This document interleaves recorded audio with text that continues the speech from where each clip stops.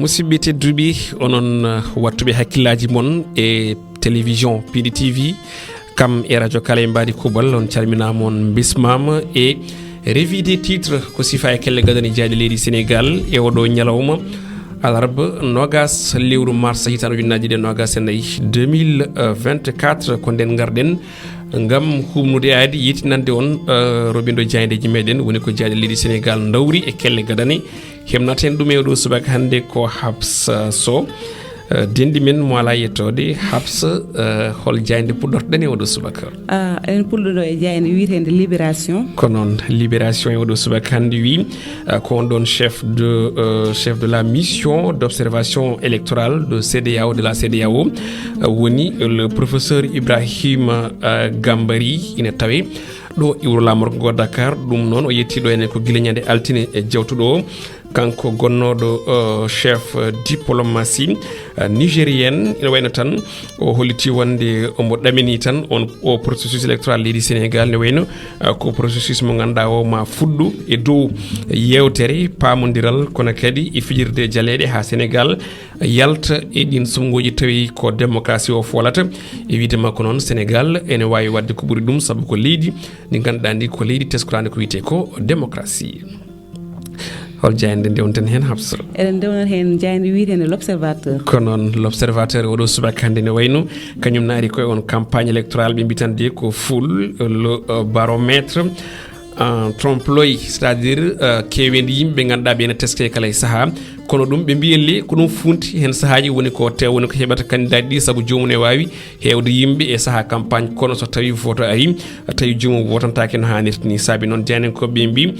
ko alay saago yimɓeɓe woto tumnoto e ndin kewede yimɓe to banggue campagne en tout cas kamɓe janen koɓe gone haalde kono ɗum janen koɓe garti e ɓen worɓe witeɓe les hommes de l'ombre ina gollono campagne less wonande Khalifa Sall e on ɗon Amadou Ba Habsa eɗen jaade hen pop jayde vox populi ene wayno nden ɗon e oɗo subaka hande ari koye ɗin sumgoji présidentiel tijjari ñande alerte nogas e nayyi lewru mars 2024 ɓe mbitande ko Karim Brado Rekale e ɓen witeɓe FDPEI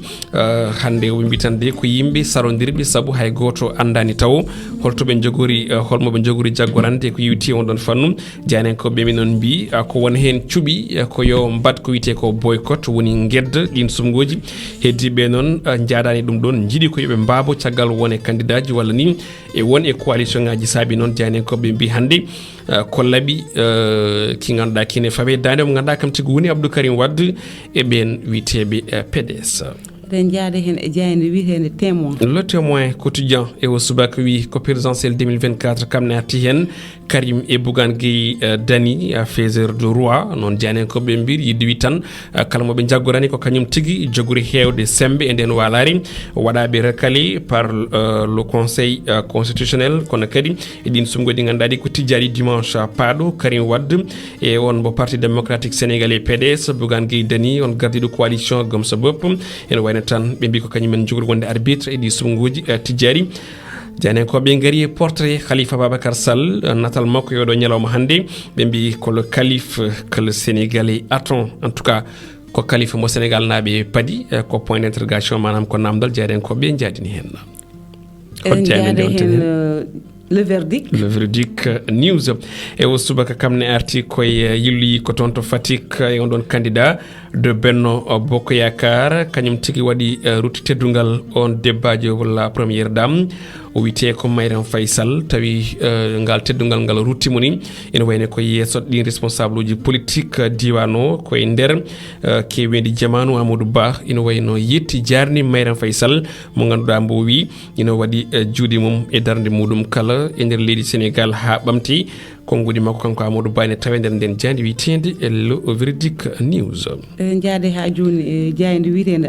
enquête quotidien wi koɗin ɓen ari koye présidentiel future première dame en tout cas ɓen mbaɗi ko natte ɓen ɗon ɓe ganduɗa ɓe ko rewɓe won e candidat ji en tout cas ɓe mbi ko excellence vos épouses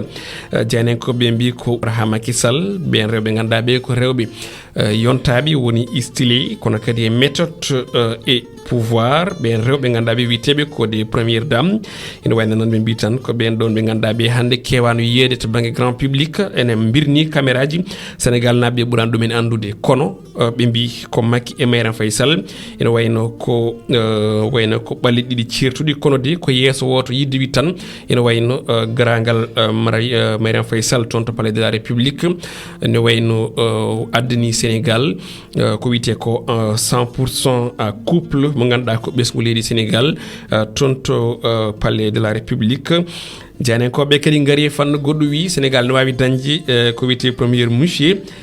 tawi ko colonel kono kadi gendarme e wonde gendarme colonel gendarmerie ne wawi wonde ko yuti ko ha joni on gorko ko wite premier homme sababu eden gandi won debbajo tawete e ben worbe jamobe le fullamu soirée pouvoir gorko makko watanodrede ko premier monsieur Jehan. Eden jaade hen le quotidien den wi ko PDS kanyum nangorande Amadou Ba be bitandi PDS wone mabbe pusi ngam nangorande on candidature Amadou Ba de bleu viro non jane ko be mbiri ben bulnobe handi nana dan wita wala nana gonta maroy wado saha député ji sappo e ben nogas responsable ji fédération ne wayno tawti on candidat coalition Benno Bokk Yakar be garti on position officielle du parti démocratique sénégalais be mbi hande de e dum fada ina tawende den don jayde kongudu Idrissa Seck o wi ina wayno tan mo wat ko buri ko wanno e élection présidentielle 2007 ha joni eden ngara jayde Walf Quotidien ari on don entretien exclusif mo be badde e mo ganda kan woni Bassirou Diomaye Faye kanko Bassirou mo haalande nen don jayde do wi wonde tan ina wayno o burni mo wutti président de la République on nyalawma kon non ko dum tobbe tati jowadi 3 points de suspension o wi non ko ale sago ndido leydi arta wonta sérieux kanko Bassirou Diomaye Faye o wi kadi ummi koy nokku mo ganda o ko nokku tigi ciattudo no fewi ko ngudi makko ne jaaji hen o arti on don hyper présidentialisme o wi dum don ina foti tigi ha joni iwde ha laba ciere ko ngudi makko kanko don Bassirou Diomaye Faye ina tawe e hello tati ha nayi ha joni eden den jandi Walf Quotidien goddum ko tawete hen ko on campagne présidentielle Anta Babacar Ngom mbi ko kanyum tigi ha joni yani e Diomaye kam e Amadou Ba din kongudi makko ne jaaji kanko don debbajo helle jeegom eden den jayndi Walf Quotidien ha joni eden jaade le public e do subak wi ko score de Sonko en 2019 mbele Bassirou Diomaye Faye ma wat hono ko Sonko wanno en 2019 ko dum hande heddi e ngal on namdal ngal ganduɗa ne fawe tabal jaynen ko ɓe mbi ina wayno on ɗon démembrement de Yewwi kañum wayli on ɗon don mo 2022 c'est à dire taƴogol ɓen coalition Yewwi Askan Wi e 2022 ngol peccogol hande o ina wayno wayli kala don e score mo ganduɗa o ene fada wonande on candidat coalition biteɗo coalition Diomaye président ha joni eden jaade hen le Ligue Quotidien ko non tigi do subakande den wi ko jabbungal kewgal doole Amadou Ba tonto Saloum Pape Mademba Bitey DG Senelec incontesté de Kaolack Amadou Ba soutien kongol wi do wayna tan o medano yidi walla o wayde yidi en tout cas kewindi jamanu e jabbungal pono manam pongal ni en gilende bami nadde politique ha yetti hande o yettibe non kambe ben daribi liggi mbadi on mobilisation patam lamo Direct News dañ o jayde dawul cowde Aria Amadou Ba tonto Bambey be mbi ko El Hadj Dia confirme son leadership kanko Amadou Dia El Hadj Dia bien o tengtini darde makko e mbawko makko tonto wuro Bambey be mbi tan ha joni kanko El Hadj Dia o wertani Amadou Ba o wadni dum jabbungal patam lami wala wonande jamanu kewdo ngam arde jewtide walla jabbo on candidat coalition Benno Bokk Yakar o wi ko militant ji di ndogi ko tolni e 5 km e saha korka e kido nguleki ngam jabbade on candidat mabbe e wiide makko non e wayno Bambey ina heddi wonde titre foncier be me ganda ko min gondi Benno Bokk Yakar de wayno tan o wi ko nokku mabbe o Bambey ma filtu Amadou Ba walla ma fil Amadou Ba dès le premier tour e wiide on don bitedo l'ambassadeur Amadou Ba ndi jetti kongol yetti on ambassadeur e on don mobilisation e ngal jabbungal Tonton Fall no wiiri kanko on candidat coalition Benno Bokk Yaakaar. Ha joni enen jaade jayde wiitende besbi le jour e oɗo subaka ari koye konngudi maître Moussa Bocar Thiam ɗi suuti fewde jolfuɓe toon to Wourossogui kono kadi janiyankoɓe ngari e konngudi Abdoulaye Wade suudno hakkunde premier tour et deuxième tour din konngudi noon ɗi ganduɗa kadi gaddino ɗon haala yonde on jamanu maître Moussa Diop aussi kalnoɗo e ko yewti haala ila Touba e sumgoji 2019 ɓe mbi ko le poison des candidats posone ɗin candidat ji message maître Moussa Bocar Thiam mo ganduɗa ɓe mbi ene wawi tigui bonnande Amadou Ba ɗin konngudi ɗi o sunno e ɗe balɗe jewtuɗi directoire makko de campagne ɓe mbi ko weltake e oɗo saaha en 2012 janiyankoɓe gaari siftinde ɓe mbi ko Abdoulaye Wade ne wayno suutino konngudi to wino wonde ne ma ittu wad retiré projet ji makko ɗi waɗanno Matam e Podor so tawi ɓen gotani Macky Sall e wayno noon janiyankoɓe mbi ɗum ɗon ko heeɓi hen ko ne wayno o heɓani hen ko yinno ko ne tawno o waɗa ko vote sanction toon ɗon nokku ɗin diwnuji ɗiɗi kala kono kadi e konngudi maître Moussa Diop haalno wiide wonde ma sinno ko sago ma ƴettu bulldozer itta walla momta ha laaɓa ceer ko ganduɗa kañum woni on ɗon autoroute ila Touba nawa ɗum toon to Fouta en tout cas ɗin konngudi woni ko janiyankoɓe goni artude e oɗo saaha kamɓe janiyankoɓe besbi le jour. eɗen jaade le républicain kamne ko jayde wiite noon ɓe gaari eɗin sumgoji présidentiel la mobilisation exceptionnelle de Mohamed Diaité ngam Amadou Ba on président Diaité noon ɓe mbi ko waɗi mobilisé département du Bunkiling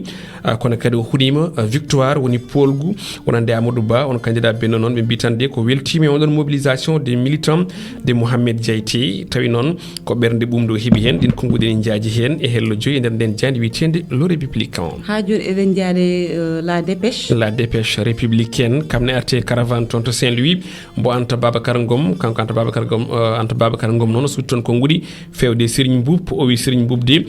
ko waɗi e leydi Sénégal ko ɗum ɗon ko hunde ganduɗa nde vraiment ko hunde mantanide te kadi ko hunde yaadude e jamanu. eɗen jaade ha joni jayne wiitede